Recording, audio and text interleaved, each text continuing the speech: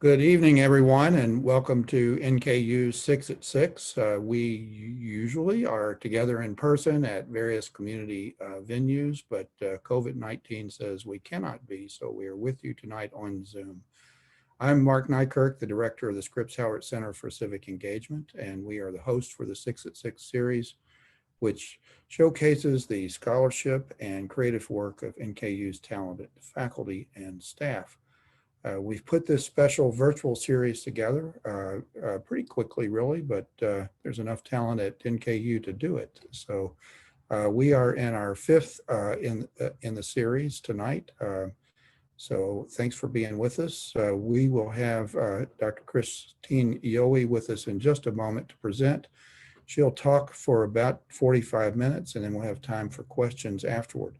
Please use the Q&A function at the bottom of your screen to post any questions, and we will get those asked when the time comes. So happy to have you with us, and I think you're in for a really interesting talk this evening. If you have friends who aren't with us and missed it, it will be archived, or if you want to go back and see it again, that will be possible. And if you've missed any of the ones so far, you can also watch those. So let's get started. Dr. Yohe teaches English at NKU. Her specialty is African American literature, and she has taught classes, including one just completed in the semester that ended last week on Affrilachian poetry, which of course is pertinent to tonight's talk. She's also taught composition and African American literature in general. She's been at NKU since 1997, so a veteran at this point. And this actually is the second presentation of this lecture. We were able to do it live at the Mercantile Library, which is one of our venue partners. But it was certainly well received there, and we're delighted to present an encore presentation for you this evening. Dr. Yohe, let me turn it over to you. Thank you, Mark. I'd like to thank Mark Nykirk of the NKU Scripps Howard Center for Civic Engagement for inviting me to give this talk, first, as he mentioned, at the Mercantile Library back in February, and adapted for the live stream today. Thanks also to Melanie Hartzell, Felicia Scher, and Chris Strobel for their essential assistance. I'm grateful to the NKU College of Arts and Sciences, especially Dean Diana McGill, for supporting my work through a Professional Development Award. I wish to say up front that because I'm writing a book on the topic of today's talk, I have loads of material. So I chose to leave out most of the scholarly sources and to instead give more cultural context. Thank you for being here. Why analyze literature? Some of you may be wondering why literary analysis about a poet matters. Given all of the difficult and even despair-inducing news these days, from the COVID pandemic to climate change to violence against people of color, Jews, and members of the LGBTQ community, to assaults on truth and the rule of law. Given this state of affairs, what can we learn from a poet that is useful? What can we gain from reading poetry? And a related issue, how can we learn history from art? I argue that just as studies show that we gain empathy from reading fiction, reading poetry allows us to understand ourselves, our friends and foes, the world we live in, and enables us to make sense of the profound lessons of history. It helps to remember that the brilliant Toni Morrison always said that she saw the past as infinite, explaining in 1985 her paradoxical views. Quote, "There is infinitely more past than there is future. So in each step back, there is another world and another world. The past is infinite." So if history and its lessons are infinite, then we can never stop looking backwards, never stop learning from the past. The increased understanding possible from learning history can particularly be enhanced by reading powerful literature. While history can be beautifully written and affect its readers deeply, we respond to a literary or artistic treatment of history more viscerally than we do to a textbook. While we can apprehend knowledge intellectually from both history and art, I believe that we can learn in a deeper, more soul-changing way in our viscera, our guts, through art. What can Affrilachian literature teach us? I first learned about Frank X. Walker's poetry when his first book, Affrilachian, was published in 2000, and he came to the NKU to do a reading. Here are some photos of Frank X. Walker. And the basics of his biography are here. Born in Danville, Kentucky in 1961, raised in Danville, went to the University of Kentucky, switching from majoring in engineering to majoring in English, got an MFA from Spalding University, was the director of the Governor's School for the Arts, and was a visiting professor or a writer in residence at many of the main universities in Kentucky, including my own, Northern Kentucky University. Then since 2010, he's been an associate professor and then full professor in the Department of English and co-chair of Africana Studies at the University of Kentucky. And from 2013 to 2015, he was Poet Laureate of the state of Kentucky. Walker has published 10 books of poetry listed here and edited a couple others, in addition to editing Pluck, the Journal of Affrilachian Arts and Culture.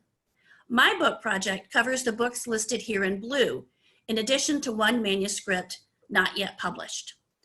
I'd now like to show you just the first 2 minutes of this brief video to let Walker introduce himself to you.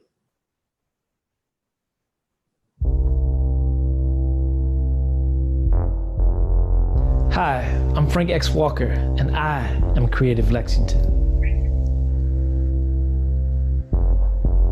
I mean, there's a lot in the name, and there's a lot in naming yourself. That if you don't tell your own story, somebody else will, and I never want to be misrepresented. In the beginning, I believed that I had to be one thing or one person. When I was always interested in multiple things. You know, when I was in high school, I was the jock, but I was also that scholar in the hallway with the thick glasses. But when I first started using the X in my name, it was because my friends called me Frank X. When I had hair, if you can imagine me with hair, and glasses, people believed I looked like Malcolm X. But it's not an abbreviation for xylophone or Xavier. It's just X, as in the unknown, like in mathematics.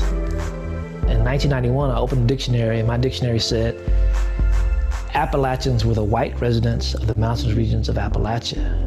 And immediately I knew that, okay, that meant I could never be an Appalachian. You know, if the best writers in Kentucky were all Appalachian, I could never be one of the best writers in Kentucky because I couldn't be an Appalachian writer. So when I sat down that night to make it make sense in my journal, I invented a word, Affrilachian. You know, I took that poem to my writing group on the following Monday night, and that evening we made a decision to name ourselves the Affrilachian Poets. And we're one of the oldest active African-American writing groups in the country, you know, not just in Kentucky, but in the country. And we're really proud of that. I have 8 books of poetry. Many of them paint or repaint or recast Kentucky in a different way than it's been portrayed in the past. So Lexington should be celebrating Isaac Murphy the way Louisville celebrates Muhammad Ali, because it would say immediately that we value horse racing, we value African-American contribution to horse racing, and that people who look like that are valued in this community. By not having those things, I think it suggests the counter narrative that those things aren't valuable and aren't valued here. And I don't want to believe that that's true. The support for the play was, you know, an example that people really.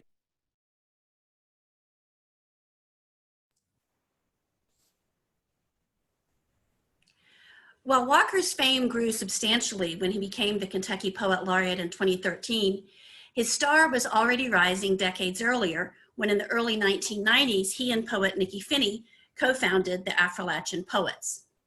As you heard Walker reference in the video, he created the word Affrilachian after learning that the more familiar word Appalachia, at least in the dictionary he checked in 1991, was defined as white residents of that mountainous region of the US. So he felt he had to invent a new word, Affrilachian.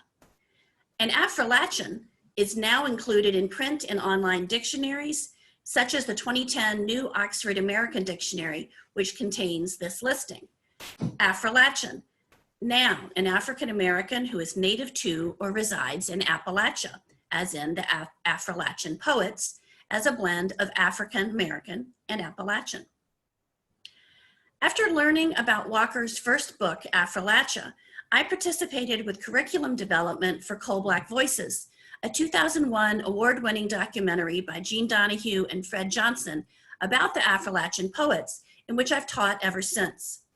Over the years, I've taught many of Walker's works, along with those of other Affrilachian writers, especially Crystal Wilkinson, Kelly Norman Ellis, and Nikki Finney.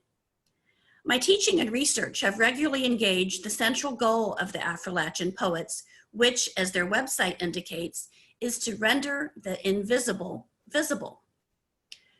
The recently published book, Black Bone, 25 Years of the Affrilachian Poets, offers essays that theorize and poems that exemplify these ideas of uncovering what has been hidden.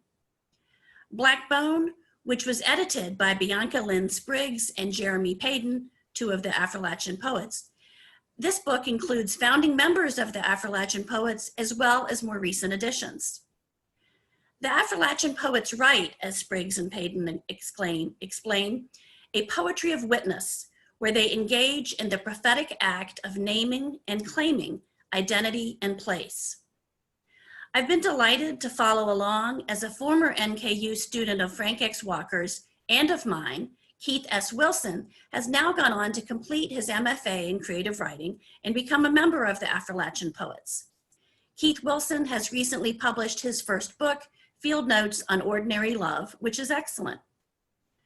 This past semester, I taught a course entirely focused on Affrilachian literature, where we read Black Bone, as well as works by Frank X. Walker, Nikki Finney, Crystal Wilkinson, Keith S. Wilson, and Bianca Lynn Spriggs. So why focus on Frank X. Walker's poetry? In 2013, Walker published his fourth book of historical poetry, Turn Me Loose, The Unghosting of Medgar Evers, which was published 50 years after the tragic assassination in 1963 in Mississippi of civil rights leader Medgar Evers by white supremacist and Klan member Byron de la Beckwith. This book captivated me like nothing else I'd read by Walker, and I immediately started teaching it every semester. Walker has said that what primarily motivated him to explore Medgar Evers' life and death in poetry was his students' frequent ignorance about the man. Walker felt that Medgar Evers had become, in essence, a ghost who needed to be unghosted, hence the book and its title. What struck me deeply and has led to my current project writing a book about all 5 of Walker's historical works, listed here with 4 published and 1 not, is that I see them unified around how this poet regards his life work, which he's described in multiple venues. For example, Walker states his goals in the introduction to Turn Me Loose, where he explains, quote, I believe acknowledging and working to fully understand history can create opportunities to better understand racism. I offer these imagined poems in hope that art can help complete the important work we continue to struggle with, the access to economic and social justice that Medgar Evers and so many others died for, and ultimately the healing and reconciliation still needed in America. In other words, by exploring a fuller truth about this important incident in American history, Walker believes that his book can contribute to a needed national reckoning, leading ultimately to the possibility of healing. Turn Me Loose not only uncovers the assassination of Medgar Evers, it also explores the mindset and motivations of his killer, Byron de la Beckwith. Encountering this astonishing perspective leads readers to a depth of understanding that allows us to acknowledge the assassin's humanity. Walker imagines Medgar Evers' widow, Merle Evers, on a profound journey of forgiveness, including for the assassin and both of his wives, in order to prioritize her own mental health. Just as the book shows Merle struggling to understand and therefore forgive, so too does it invite its readers to do the same. Walker has spoken often of his hope for Turn Me Loose, where he wants it to be an integral part of the machinery of national healing. Walker explains in an interview how he sees his book's role. Quote, I don't think you can talk about racial conflict in this country in an authentic way and not recreate the tension such conflict entails, with the goal being to work through it and eventually reach peace and reconciliation. You have to throw the mud on the table first to have something to clean up. By helping its readers to more fully acknowledge the trauma, the truth, indeed the mud of the past, Turn Me Loose helps us to move forward. In another interview, Walker further explains, quote, "There's something powerful about poetry that allows you to discuss sensitive topics. You raise it to art, and if it's art, you can sit back and have dialogue and conversation. And that might be the way some level of reconciliation happens. That's what I hope will happen out of these poems." Clearly, Walker aspires for his art to be powerful enough to aid in societal healing. I believe that it succeeds. Within Turn Me Loose, one of the most vivid ways that Walker reveals this restorative view of the past is through his characterization of Medgar Evers' wife, Merle. The book includes 15 poems from her perspective, the most of anyone, with 14 from the point of view of Medgar's assassin, Byron de la Beckwith, and, astonishingly, one poem told by the bullet that Byron fires at Medgar. The Merle poems reveal a complex woman struggling to comprehend her husband's murder, then to reckon with its legacy, and finally to find in her heart the forgiveness essential for her to be able to heal and move forward. I'd like to consider two poems from Turn Me Loose that demonstrate how Merle Evers takes stock of her history. First is Sorority Meeting, written by Walker in the voice of Merle and addressed to the two women who were married one at a time to Byron de la Beckwith, the assassin of Merle's husband, Medgar. And now I'm going to read one poem from the new collection about Medgar Evers. And I have to read this because, in case you don't know, this year is the 50th anniversary of the March on Washington, the assassination of JFK, the bombing of those 4 beautiful little girls in Birmingham, and the assassination of Medgar Evers. And I'm going to read a poem in the voice of Medgar's wife, and it's her imagining a conversation with the wife of the assassin of her husband. This is Merle Evers speaking in a poem called Sorority Meeting. My faith urges me to love you. My stomach begs me to not. All I know is that day made us sisters somehow. After long nervous nights and trials on end, we are bound together in this unholy sorority of misery.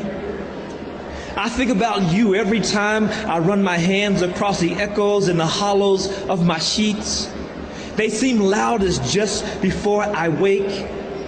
I open my eyes every morning, half expecting Medgar to be there. Then I think about you, and your eyes won't let me forget.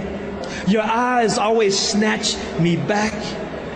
Your eyes won't let me forget that we are sorority sisters now, with a gut-wrenching country ballad for a sweetheart song, tired funeral and courtroom clothes for colors and secrets we will take to our graves. I was forced to sleep night after night after night with a ghost. You chose to sleep with a killer. We all pledged our love, crossed our hearts, and swallowed oaths before being initiated with a bullet. Thank you.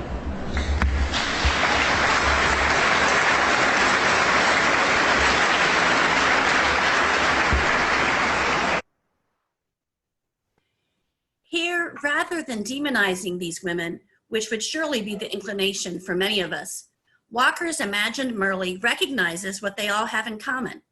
And as her first line indicates, her religious beliefs mandate love, and by implication, forgiveness. But her gut reaction is revulsion, as the second line shows. In the rest of the poem, Merle compares herself to Byron's wives, realizing their skewed sisterhood, hence the poem's title and central motif. Next, let's Guys are still here. of Time, the penultimate poem in Turn Me Loose, and which also is from Merle's perspective. Gift of Time. When I was able to see beauty in a world littered with scars, when I discovered stores of memories that a bullet couldn't quit, when I watched a son grow into his father's face, his laugh, his walk, I saw how faith could be restored and was finally able to imagine that before he fell in love with guns, before he lost his mother and his childhood, before he needed a reason to hate, to feel threatened, to push back on imaginary walls collapsing in on him like August heat and no fan, I imagined before all that, little Byron was good. He was clean. He was innocent. And I finally understood that trouble don't last always. As Merle recognizes her husband's legacy and their children, her pain diminishes, thus restoring her faith.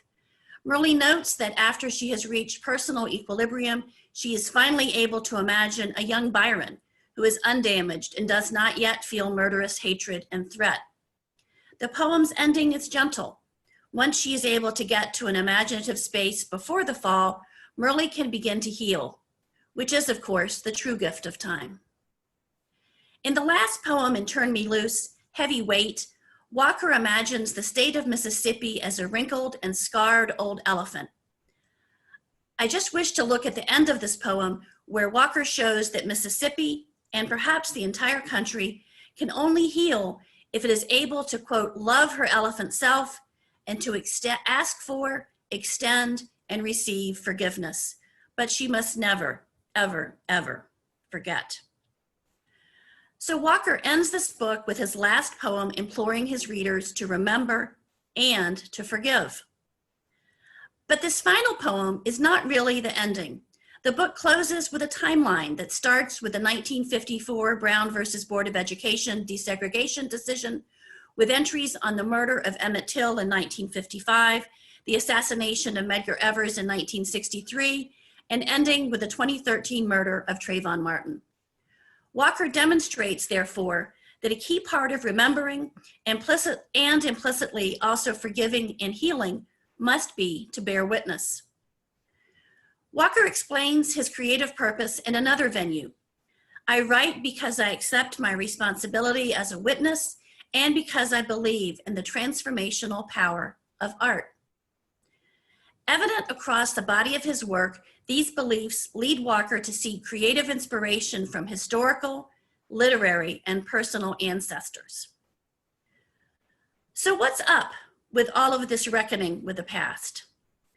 Before I discuss other examples of Frank X. Walker's historical poetry, I want to consider the cultural and historical context behind the word I am currently using in the working title of my book, and that is reckoning. When I first chose that word back in 2018, I was working on a book proposal which I submitted to the University Press of Kentucky, and they gave me a contract, I'm happy to report. I thought back then that reckoning was a good word for exploring how Walker's poetry mines and corrects history in order to spotlight otherwise overlooked figures. Reckoning seemed accurate, as in reconsidering, settling accounts, reassuring.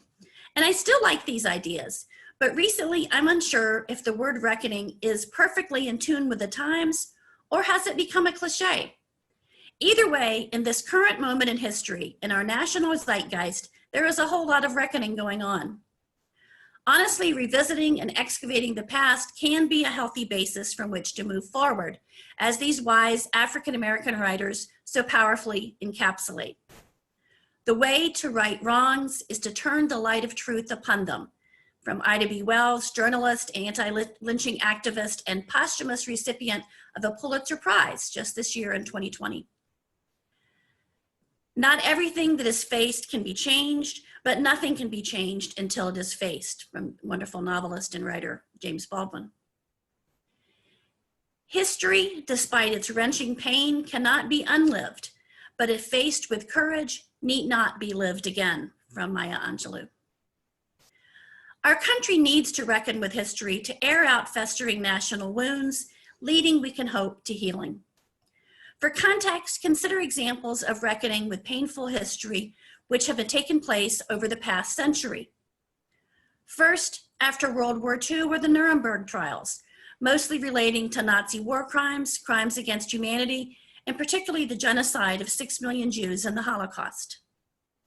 Next is South Africa's Truth and Reconciliation Commission, a place for restorative justice, emphasizing rehabilitation, reconciliation, transformation, and healing following apartheid. And of course, Confederate monuments, most of which were erected 50 and 100 years after the Civil War, all over the United States, especially the South. Here on the campus of my alma mater, UNC Chapel Hill, is a Confederate soldier also known as Silent Sam. This was first erected in 1913 by the United Daughters of the Confederacy. Following a 2015 state law, its official removal was stalled, so it was removed by unauthorized protesters in 2018. Similar struggles have occurred all over the country. Many want Confederate monuments removed as they represent racist hate, but some want them to stay. Though the tide has seemed to turn towards removal, legal battles continue, including in Charlottesville, Virginia, where following the deadly August 2017 march, the Robert E. Lee statue has been in limbo, but still it remains. Next is the Equal Justice Initiative. Their lynching memorial opened in 2018 in Montgomery, Alabama.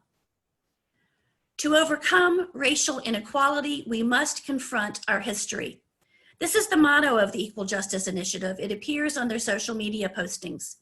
Their website states that the National Lynching Memorial is a sacred space for truth-telling and reflection about racial terror in America and its legacy.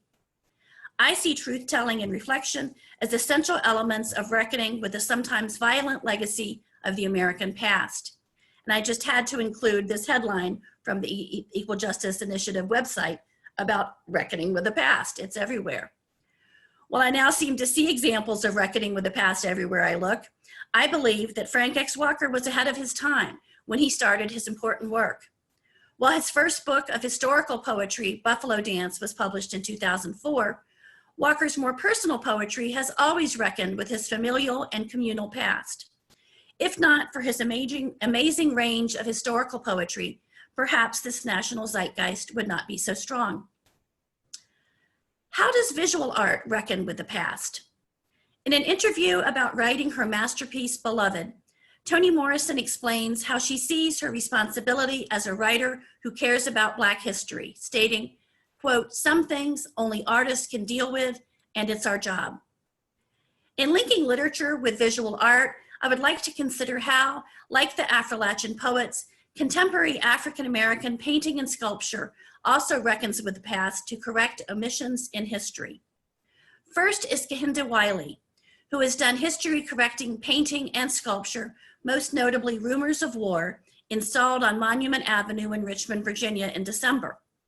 Wiley's sculpture was inspired by the nearby 1907 sculpture of Confederate General Jeb Stuart. The earlier statue is in the lower right corner. The contemporary Black American artist who perhaps most embraces this struggle to excavate and correct the past is painter and sculptor Titus Kaphar, who appropriates and subverts its historical images to, quote, "unearth the past's inconvenient truths and shine a restorative light on those in the shadows," as one critic notes. Kaphar argues that we can't erase this history. It's real. We have to know it. A significant work by Kaphar is a 2017 sculpture at Princeton, Impressions of Liberty, commissioned to help the university, as you can see, to reckon with its history of slavery. In his 2017 TED Talk, Kaphar explains his goals to use his art to amend history, taking inspiration from how the US Constitution has been amended over the years. Clearly, Frank X. Walker's poetry is similarly unearthing and amending history. Amending history through literary sites of memory. Now let's return to literature, first considering how Toni Morrison has imagined that literature can be a site of memory, and then how Frank X. Walker creates literary sites of memory as he amends history. Shortly before publishing Beloved in 1987, Morrison explored connections between fiction and autobiography in an essay, The Site of Memory.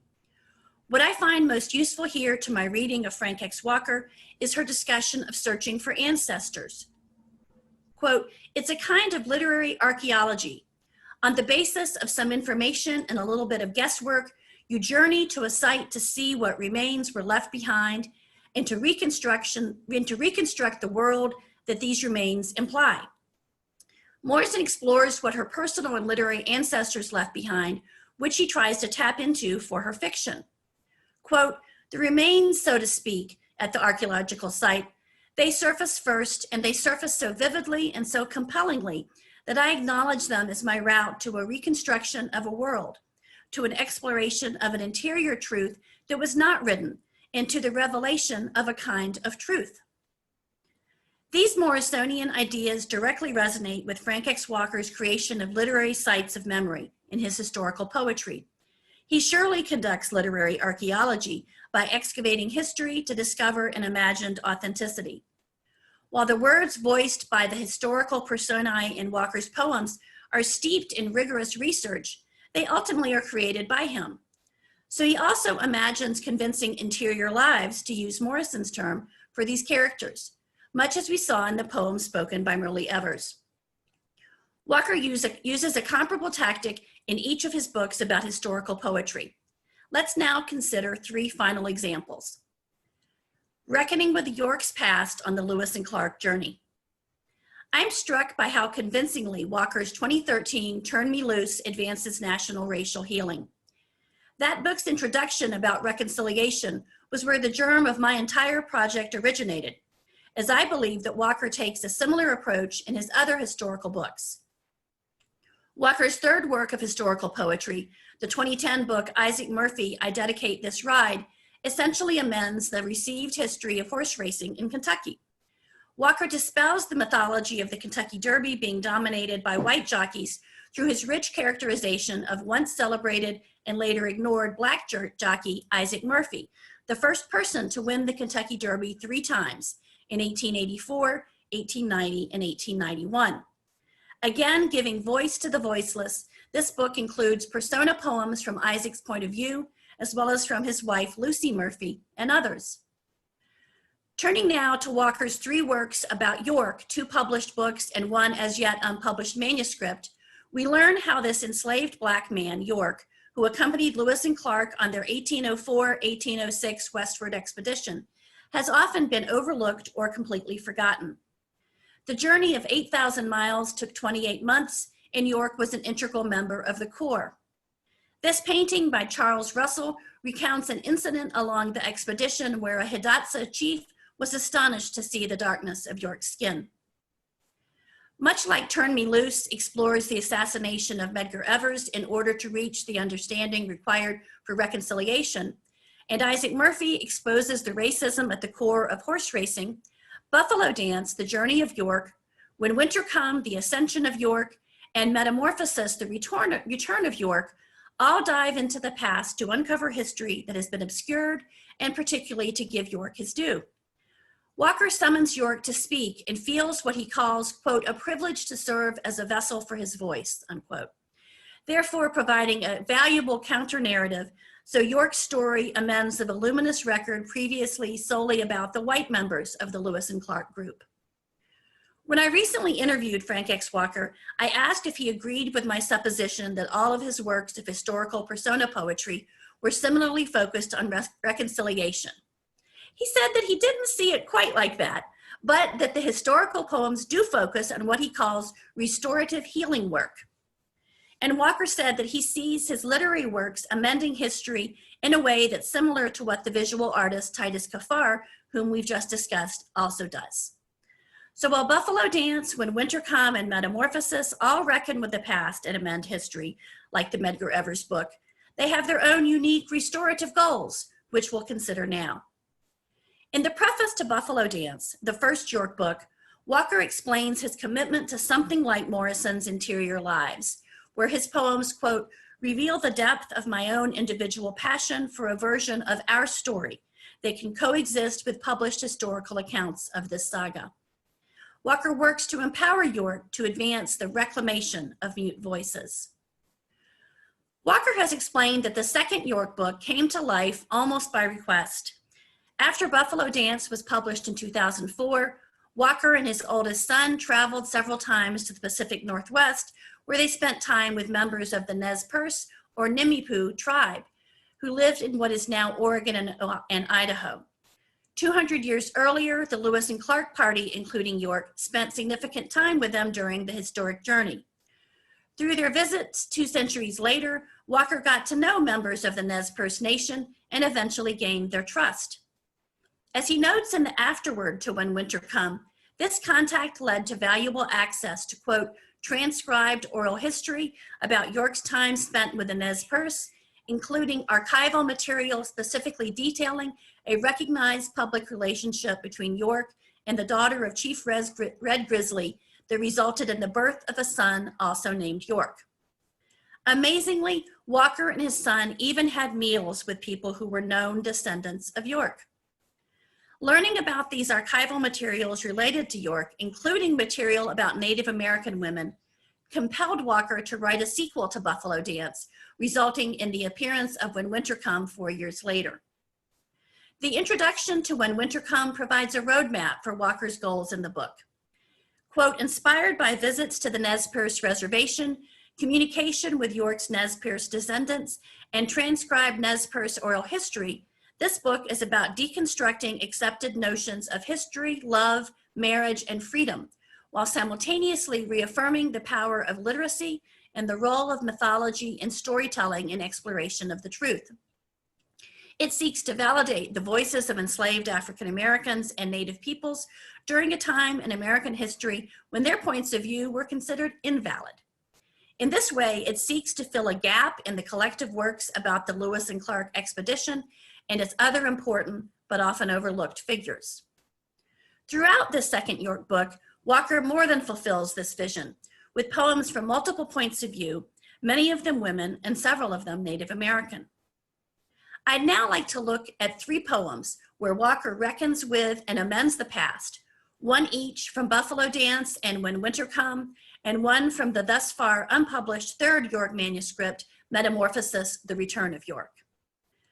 First, in Buffalo Dance, there is a provocatively named poem, Revisionist History, where York describes the Lewis and Clark party's return to St. Louis after their over 2-year absence.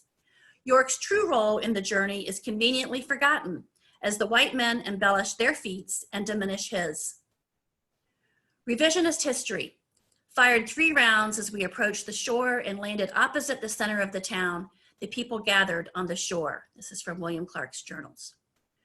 When we set foot back in Old St. Louis, there was much celebration and putting on as everyone had given us up for dead. We paraded through the streets, firing our guns, and made a home in the nearest tavern. No one seemed to tire of hearing us tell our stories night after night. After too many cups and tellers, there came tales of herds of grizzlies, big talking fish, and Indian women 10 foot tall. The truth seemed to stretch so that by and by, I seemed to disappear from their tongues, as if I had never even been there, as if my blackness never saved they hides. Them twist the tales and leave out my parts in it so much so that directly I become Massa Clark's boy, again, just along to cook and carry. Here York must stomach how white supremacy overrules truth. Even though he is considered a full member of the Corps of Discovery during the journey, once they return to civilization, York is remanded back to slavery. The white members of the Corps all receive bonuses, land, and other rewards, but racist oppression and the unyielding view of his enslaver, William Clark, seal York's fate. In When Winter Come, Walker expands the scope of voices from Buffalo Dance's sole narrator, York. In the second York book, we hear from York's enslaved wife left back in Kentucky, as well as the woman he partners with on the journey, his Nez Perce wife. Other voices in the book include a Native American shaman, his father, Old York, a river, and even his hunting shirt, a total of at least 14 separate speakers. From When Winter Come, I'd like us to consider the poem Umatilla Prophecy, voiced by a Native American shaman. Umatilla Prophecy. Our people will be herded like buffalo and walked backward from their own lands until they fall off a great cliff. Coyote will pretend to fall with them and offer firewater and guns and beads in exchange for their tongues and wisdom. Young warriors will trade their best ponies for white man clothes and iron horses. Many will forget the hunt and the sweat. Our storytellers will stop the winter count. The rivers will turn to stone. The white man will write down our truths. But when they gather in great numbers to celebrate their long trip to the ocean and back, many tribes will open their eyes and speak as one. Before our feet touch the ground, we will grow eagle wings and buffalo horns, fly back to our homelands and rescue our stories. The mountains will see us coming and weep. The rivers will see us coming and sing. The salmon will see us coming and dance with joy. In this complex poem, a shaman of the Umatilla tribe of the Columbia River region speaks of native predictions of annihilation by the whites. In the first stanza, a Holocaust has been prophesied, where the speaker predicts that whites will decimate their people, like they did the buffalo, and seize their land. The next three stanzas describe how the young will forget their traditions, adopt the dominant culture's value system, and submit to white supremacy, culminating in destruction of the land and exploitation of indigenous truths. After these bleak first four stanzas, the poem shifts significantly at the beginning of the fifth with the word but. By extolling the power of memory and predicted historical commemoration, the speaker proclaims a possibility for healing. The fifth stanza argues for a unity that will result in being able to return home and rescue sacred stories. Thereafter, the mountains and rivers will celebrate and the salmon will dance with joy.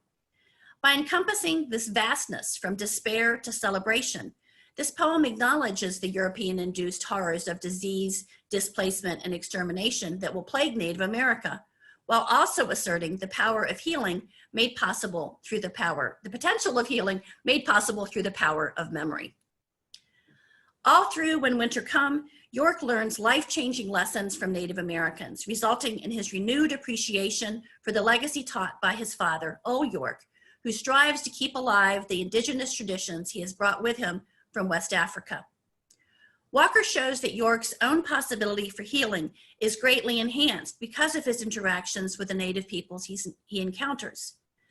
By saving the stories and keeping traditions alive, this indigenous nation and York will learn from the past and keep going forward, which is what Walker's whole historical poetry project argues for. Learn from and remember the past, spread the word, and strive for healing. The last poem I'll discuss is from the unpublished manuscript, Metamorphosis, The Return of York. Walker was commissioned to write this work by a movie director who, after reading Buffalo Dance and When Winter Come, decided he wanted to create a film about York, so he invited Walker to write a second sequel. In Metamorphosis, Walker imagines York escaping slavery and returning to the Pacific Northwest in search of his Nez Perce wife and son. The first work in the sequence of 49 poems is called Sankofa. Sankofa, it is not wrong to go back for that which you have forgotten, African proverb. Hope, desire, and regret take up too much room in a heart and be watery things for a man to carry while he's trying to grab freedom with his own two hands. The 10 winters I refused to pine for the laugh of a nappy little Buffalo York, and a pair of soft Nez Perce thighs exploded into my dreams like a cottonwood in an ice storm, even before I give up the search for the one who made Kentucky home. I keep dreaming that bird sitting on a buffalo skull with his head turned around and reaching for a seed on his back. And I know I must heed Old York's words and go back and fetch it. This poem sets the scene for the entire manuscript, showing York surviving 10 years after the Lewis and Clark expedition, during which he loses his enslaved wife. York laments her loss and searches for her, but fails. During this time, he is unable to forget his Nez Perce wife, who invades his dreams and compels him to return. When he also dreams, as the last two stanzas describe, of a bird, the Sankofa, he finally heeds his father's teaching and goes back to fetch his wife and son. The Sankofa bird is a widely used symbol in West Africa, especially Ghana, as well as elsewhere in the African diaspora. It represents how respecting history and learning from the past provide essential lessons for the future. As these examples show, the Sankofa is regarded as a source of powerful historical memory. This Sankofa poem and the overriding concept of Sankofa clarify what I see as the fundamental underpinnings of Frank X. Walker's historical poetry. It is essential to look at the past, especially to the histories of African Americans and other people of color who suffer vast injustice due to centuries of white supremacy, in order to study, understand, and learn from it. We must work to go back and get it, to tell the truths of history, to really reckon with the past, to seek out healing, and to help make all of us whole. In order for these lofty goals to be possible, learning from history, from literature, and specifically from Frank X. Walker's historical poetry can be instructive, healing, and renewing. Together, I believe that we must continue to support work that amends history and reveals its deeper truths so that something like reconciliation or restorative healing just might be possible. Thank you.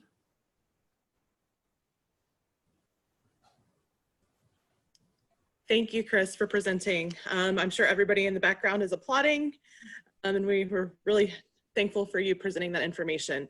Just a reminder that if you have any questions for Dr. Yohe, you can put those in the Q&A feature, and we'll ask those live and she can answer those. But I'm gonna start us off. And my first question, we're gonna address a little bit of an elephant in the room. Why should we listen to a white woman's opinion on African-American literature?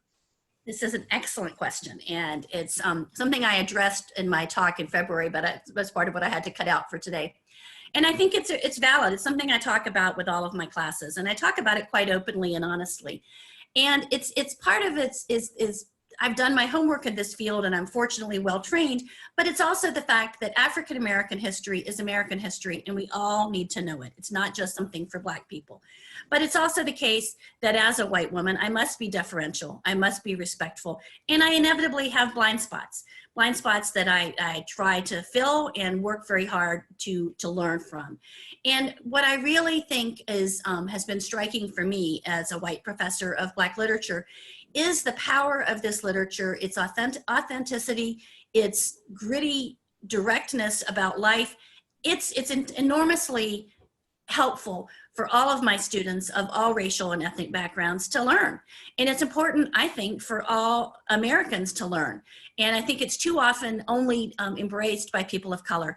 And of course, people of color have the authority. There's no doubt about that. But it's a literature that I think, a literature and a history that should be learned by all people, by all Americans, white, Black, and other ethnicities. Thank you for the question, Melanie. You're welcome. And what has been your students' response to learning about the Affrilachian culture and poetry? Well, I'm really fortunate to teach in a unique place. When I got this job here at Northern Kentucky University, just south of Cincinnati, Ohio, 23 years ago, I told people I was moving to beloved country because Toni Morrison's novel Beloved, which was inspired by the real life story of Margaret Garner, who was enslaved in Northern Kentucky, it's all set right here. And so it's a unique place to teach African-American literature, the border between South and North.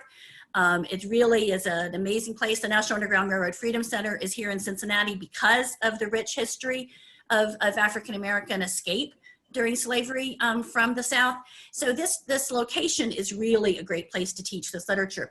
But teaching Affrilachian literature is even more exciting for a lot of my students because most of my students are from Kentucky, not all. We have a number from Ohio, and I mean, I had a student from Vietnam, so I have students from all over the world. But it's the case that this literature, the regional situation of this literature is exciting to my students. And as I mentioned in my talk, it's been a delight that one of my former students, who I think is on this stream, because I saw his name when I was snooping during the video, Keith Wilson, was a student at Northern Kentucky University, and now he's an Affrilachian poet. And so learning about these writers and learning about this literature is very enriching. I mean, most of my students don't go on to become Affrilachian poets. That's a very small group in many respects, but welcoming, I think, as well. But I think it's the case that learning about this literature from this region is really rewarding and really gratifying. And white students, of course, see many things that are in common in terms of some of the issues of growing up in the South. But it's also the case that, as Walker has said in many occasions, he has to say, of course, there are Black people in Kentucky, because the stereotypes from the Dukes of Hazzard, Beverly Hillbillies and places, it's just white people. And so, of course, there are African Americans in Kentucky. And so the Affrilachian angle is a really powerful way to dispel the mythology and to broaden the conversation. And I think my students have responded very favorably. Absolutely. We have a couple of questions from the audience. One is, when will the movie about York, when is it expected to be completed? I don't know. I asked Frank X. Walker that when I saw him for the interview we did in December, and it was still, he didn't know. The director had started a lot of work on the movie, but got distracted, I believe, by other obligations. So we hope it'll happen. I think it'll be a great story. It's an amazing adventure story. It's an amazingly heroic story that just begs to be on the screen. So I'm sorry, I don't know, but I'll see if Frank X. Walker, he may be on this chat. He can tell us if there's anything else to know. You can check the chat for that. Another question says, let's see, have you come across any connections between cultural and historical context of reckoning and the Afrofuturism? Oh, wow. Well, I think that's a really interesting question. And it makes me think of the conference that we lost, the College Language Association conference we were supposed to have in March. One of the early cancellations due to COVID was on Afrofuturism. And I think it's a really interesting intersection. Afrofuturism is often connected to science fiction, which is not an area I specialize in, but it's one that I find very fascinating, with Octavia Butler, and even Keith Wilson does some science fiction, and as does Bianca Spriggs. But it connects in a way that I think is really interesting to superheroes, which is a particular interest of Frank X. Walker. And so I think the Metamorphosis, the third York book, which, as I said, isn't published. I mean, I've got it here in a binder. You know, I was lucky enough to get to read it. It's got some elements of magical realism. And so I think that can be an overlap as well. But I think the sky's the limit. There's a lot of potential for these intersections, and I'd love to see more of that work. And somebody said, can we talk a little bit about what Afrofuturism might be? Can you explain?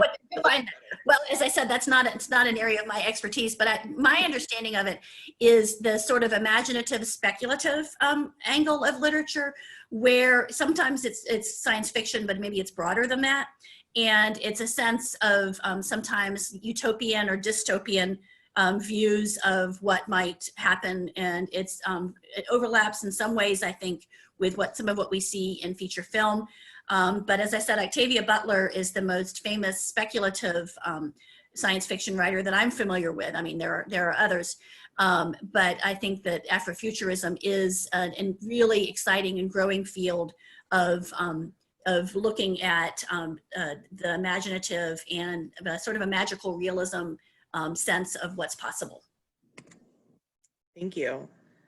Let's see. You're working on your historical narratives and focused on contemporary writers. What are some of the challenges and opportunities that you've seen as you've worked as a result of this research and digging into this culture?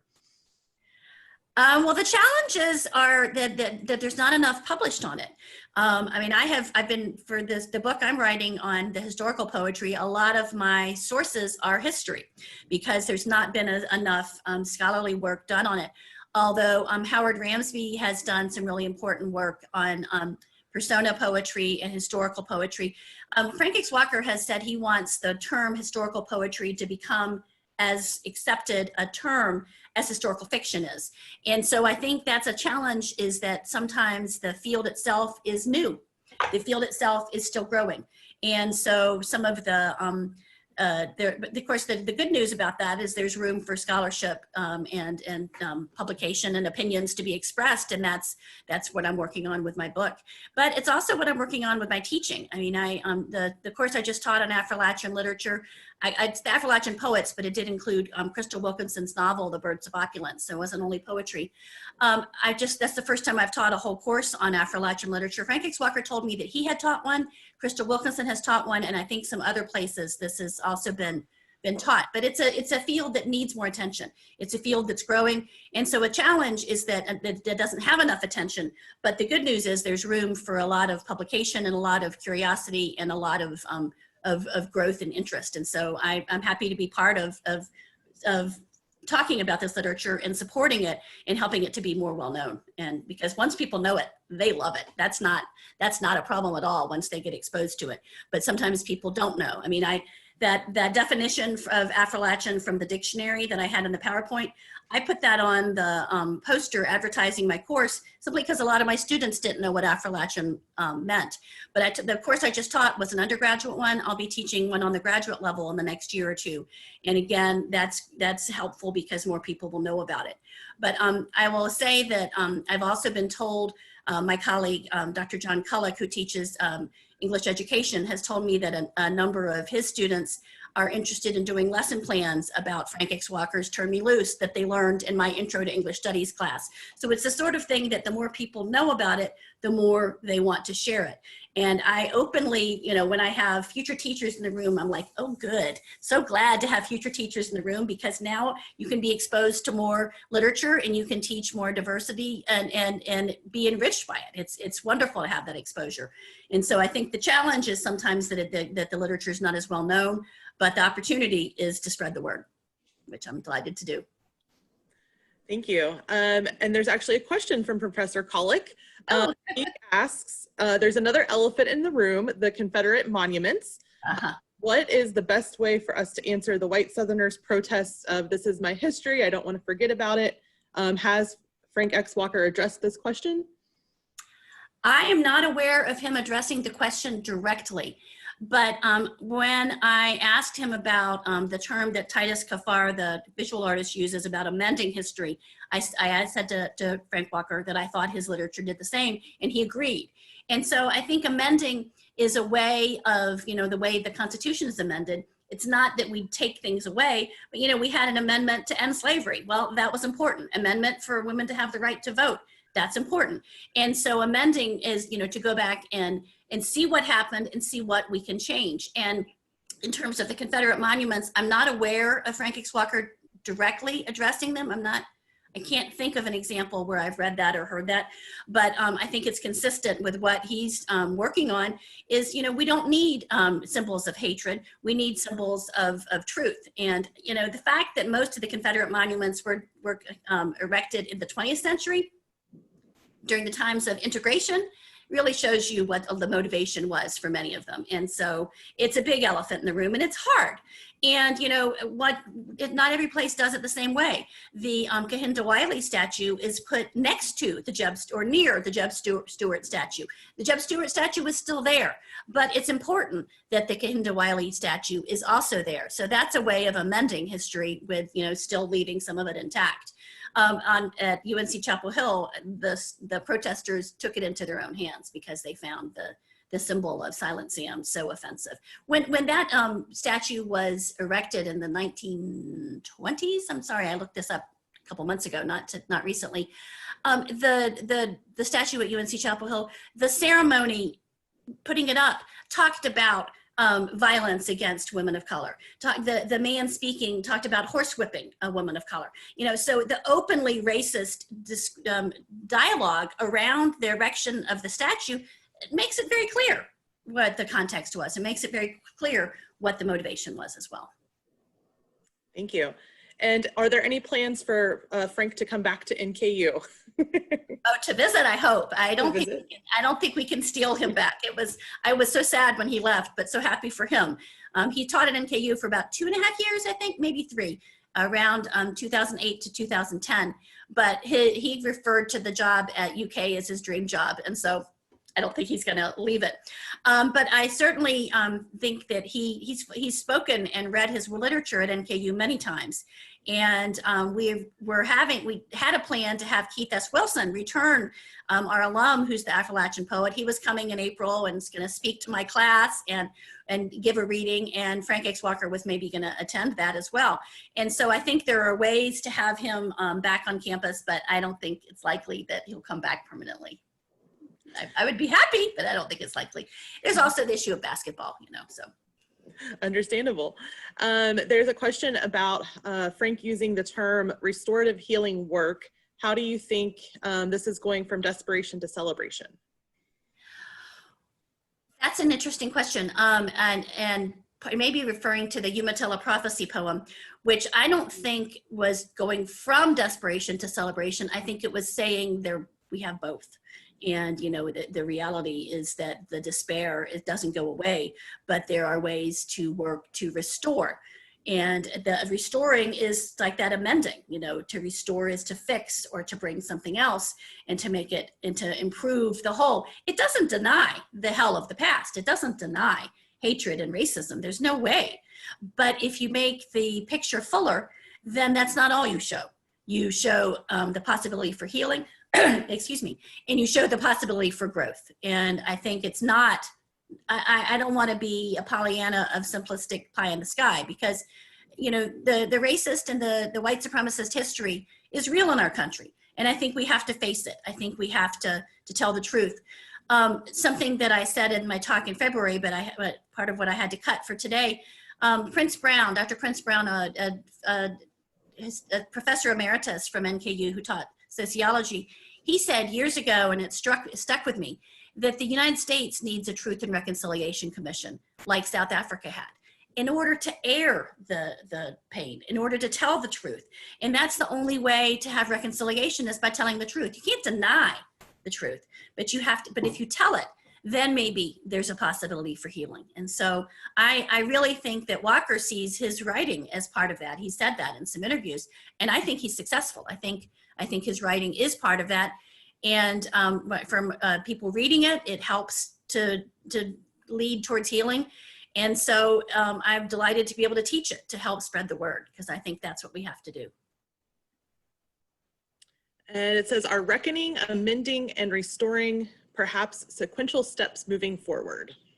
Ah, that's a good question. Reckoning, amending, and restoring. Are they sequential steps moving forward? I don't know if they're sequential or simultaneous, because I think part of reckoning might be amending, because reckoning, and as I said, you know, I really was happy when I came up with that word, and it is everywhere. It was on the cover of the New York Times Magazine recently. I mean, I see it everywhere. And so you know, I don't know if that means it's just really on the money, on the nail on the head of timeliness, or if it means that, you know, maybe using the word as a cliche. So I don't know that. I'm still struggling with that. But reckoning, I think, includes amending.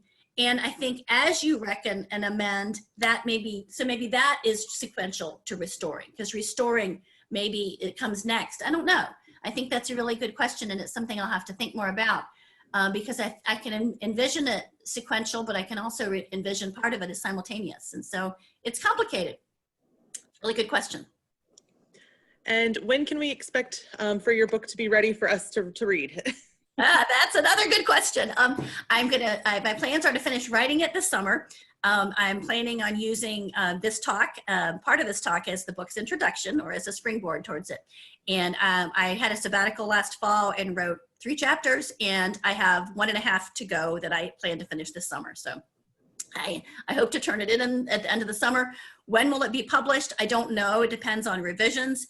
And this will be my first book, so I'm not as experienced with that timetable, but I'd say in the next year or 2 is my hope. So. Well, we look forward to that, and we thank you for presenting. We thank everybody for coming and joining us this evening. Join us on June 2nd. We will have another 6 at 6 lecture. Paul Tenicati from our history department will be presenting women's suffrage, and that'll be at 6 o'clock on June 2nd.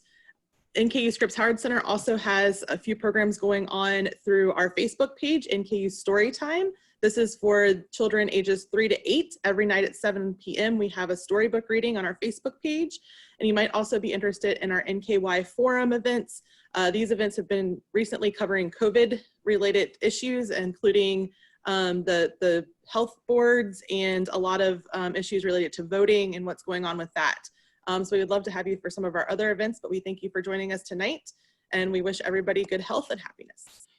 Thank you all.